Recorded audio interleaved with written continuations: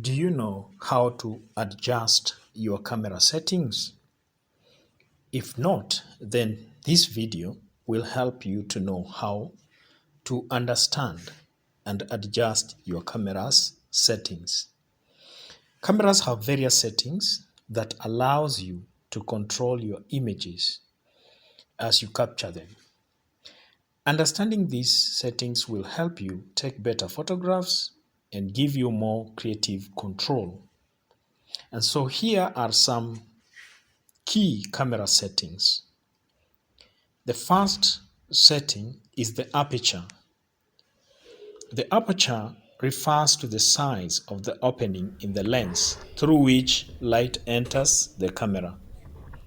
It is measured in f-stops such as f2.8, f5.6, f8, and so on and so forth.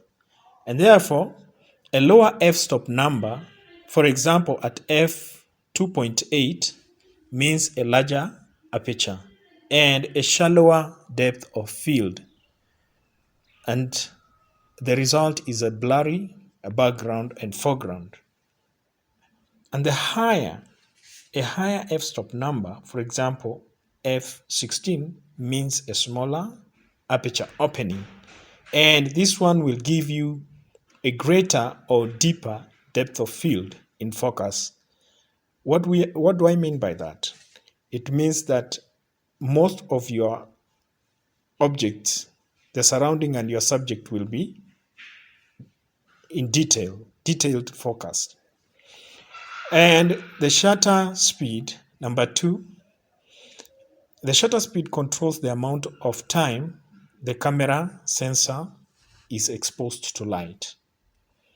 It is measured in seconds or fractions of a second, such as 1 over 1000 of a second, 1 over 250 of a second, or 1 over 30 of a second, and so on and so forth. So the faster the shutter speed, the images that you are trying to capture that are in motion will appear frozen. So a faster shutter speed freezes motion, while a slower shutter speed creates motion blur. So it will appear blurry. Number 3, the ISO. Sometimes people pronounce it as ISO. ISO measures the sensitivity of your camera's sensor to light. So ISO is International Organization of Standardization, and it basically handles light sensitivity. So for example, an ISO 100 is ideal for bright conditions, while a higher ISO, like for example ISO 1600, is used in low lighting situations. However, increasing ISO can introduce digital noise.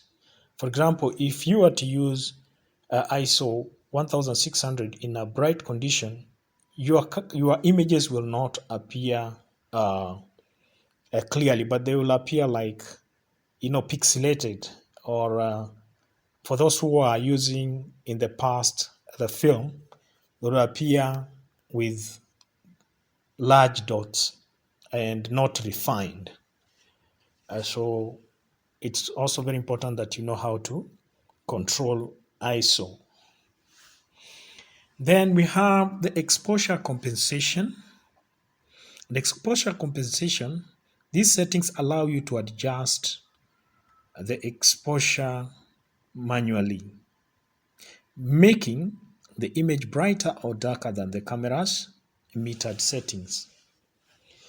So use it when the camera's automatic exposure may not give you the desired results. Then we have the white balance. The white balance determines the color's temperature of your images. It ensures that whites appear neutral regardless of the lighting conditions. common preset like daylight, cloudy, shade, using artificial lighting like tungsten, fluorescent, and auto. So you can do this manually on your camera by setting uh, your white balance. You'll find these icons, and it will give you a lighting condition that is preferable and is good on your image production. Then we have focus mode. So you can choose between single autofocus or AS-S, AF-S for stationary subjects, or you can also choose continuous autofocus for moving subjects, or AF-C. Some cameras also offer manual focus to complete control. So you'll find these cameras vary. There are cameras which have, you can set them on auto, and some cameras you can just do them manually, set your readings manually. Then we have also another item, the metering mode. Metering determines how the camera measures the light in the scene. Common modes are evaluative matrix, center weighted, and spot metering. And different metering modes suit various lighting situations. Number 8, we have the shooting mode. In some cameras, you'll find a shooting mode written like M, representing manual, AP or A or AV for aperture priority. You can also find shutter priority or S or TV. Okay, then you can also find P representing program, and A or green box representing auto.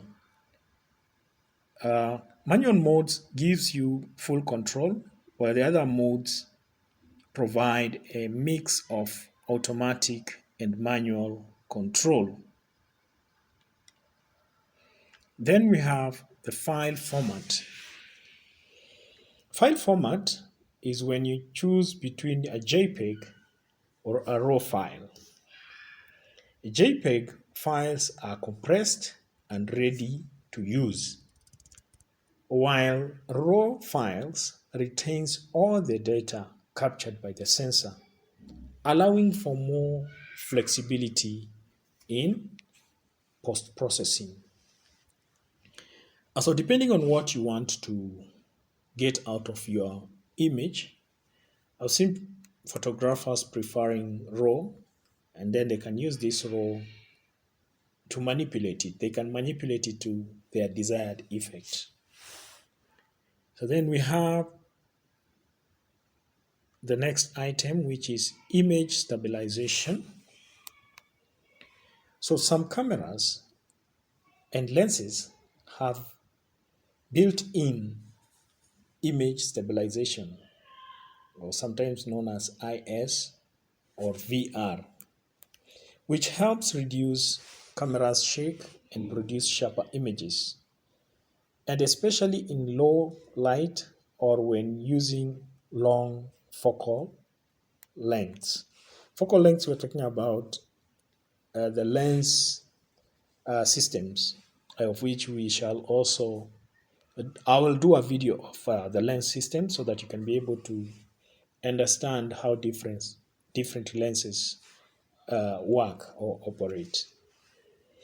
And so these 10 that I've chosen are the fundamental camera settings you'll encounter as you gain more experience and confidence. You can explore advanced settings and techniques to further enhance your photography skills. So we have looked at the very basic settings that can assist you to create a desirable image. So cameras have certain various settings that will allow you to control how your image will be captured.